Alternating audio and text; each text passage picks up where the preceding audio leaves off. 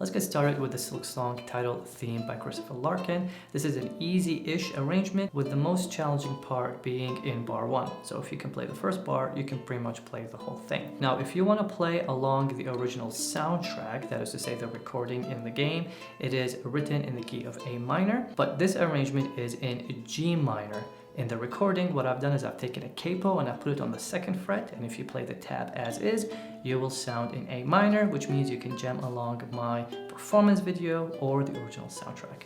But for the sake of this tutorial, I'm just going to play it without the capo because I like how my ukulele is intonated without the capo, and it's just more natural for me to play. So the main challenge in the first bar is you're going to have to stretch between your 4th finger playing the 5th fret and your 2nd finger playing the D note, which is the 2nd fret on the 3rd string.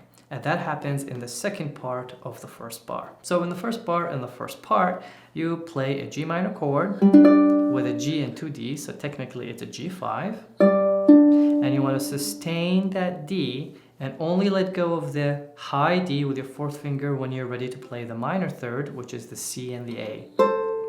And the challenge here is to be able to go quickly without too much pause. That silence will ruin your legato and it will ruin that haunting effect. Now comes the challenging part of that stretch. In order to be able to play the G minor in its shape, you have to stretch your 4th finger to the D and play this D with your 2nd finger so that you have enough fingers to play the G minor chord. If you play the first 2 beats and then switch to the G minor, the way you're comfortable playing it, then you're gonna stop the D from ringing, which again will ruin your legato and it will stop that haunting effect. We don't want that. So what we wanna do is we wanna work hard just in the first bar to stretch that 2nd finger with the 4th finger, and that will allow us to play the 2nd part of the first bar.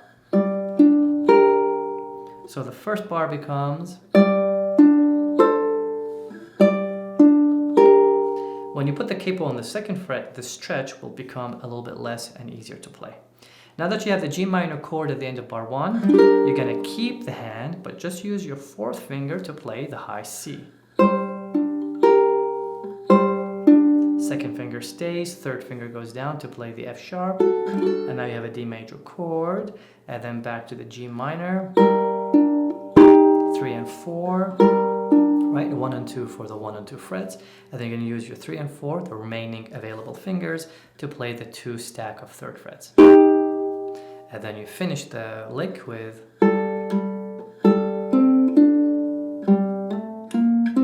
So here I'm just make sure that you alternate your right hand fingers, as you know with here, as I repeatedly say in my Fingerstyle Basics course and throughout my tutorials on the channel, you have 2 repeating notes on the same string, so don't play it with the same right hand fingers. That is to say, don't go index, index, or middle, middle. Alternate your right hand fingers. So I'm playing thumb and ring, and then middle index.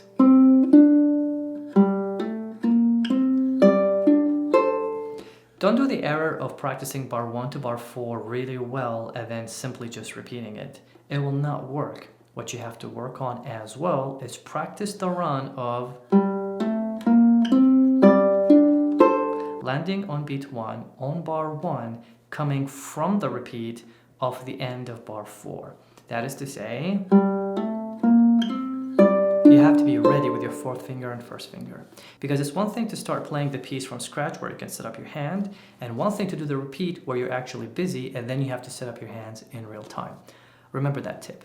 Now that you play bar 1 to bar 4 and you do the repeat, it is time to play bar 5, which has the same melody as the Dies Irae. You know, the Dies Irae, Dies Irae, Dies Irae. Right, the famous tune of death, which you played in bar 1 to bar 4. You're going to play the same melody, but the accompaniment is going to be different. So what you want to do from bar 5 to bar 8 is accent whatever note that comes after your melody note. And the reason you do that is because it's the same exact melody you've just played, so we've already heard it twice, so there's nothing special happening. But what's going on is that your accompaniment note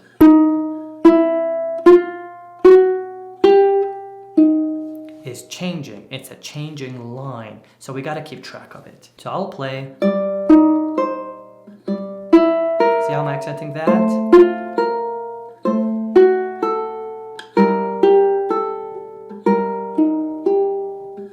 and then I would resolve it in bar 8. So the fingerings are 4th finger and then 1 and 2. And then I would use my 4th finger, stretch back, 2 and 4, partial bar with my index.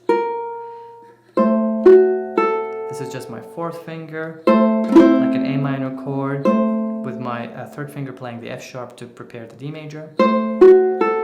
G minor, 1 and 3 or 1 and 4. That's 1st finger, 3rd finger, 4th finger, and then it's almost the same as the beginning, except now we're going to have a run. So you come out of bar 7 with your 3rd finger on the 3rd fret, you're going to slide it back, and you're going to play the D note, and you're going to keep that resolution, and then you're going to play. Notice how I didn't let go of the D. You're trying to really build a B flat major chord here. What I do is I play the open A, and I bend my 1st finger to get a partial bar, and then I'll let go of everything, and then I'll play the high G. By then I've heard the harmony, I know what the chord is. It's okay to let go of it and kind of stop your legato, because that's kind of the only way to play that high G. And now you would reset. Don't forget that accent.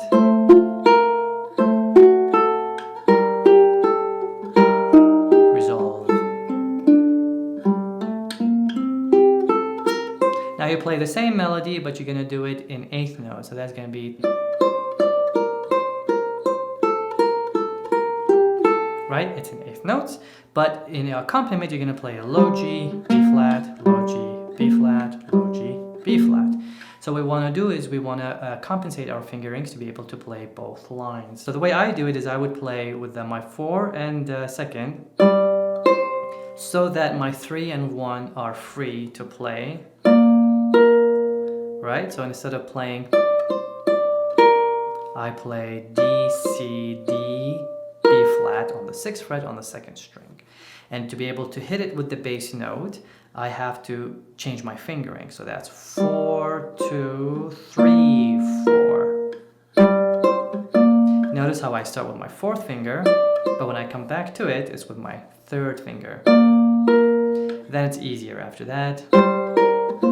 Straightforward. Repeat.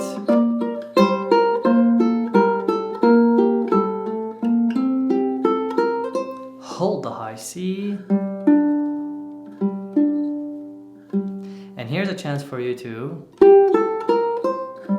experiment with your color by playing the open on top of the 12th fret precisely, which will make it dark, and the 2nd fret you would play it on top of the 14th fret precisely, and it will sound dark.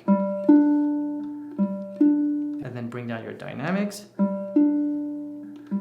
because it's just a whisper. And the piece is not done. I hope this tutorial enables you to play the piece. Please post your results on social media and tag me. I would love to see your progress. Until then, I'll see you in the next video.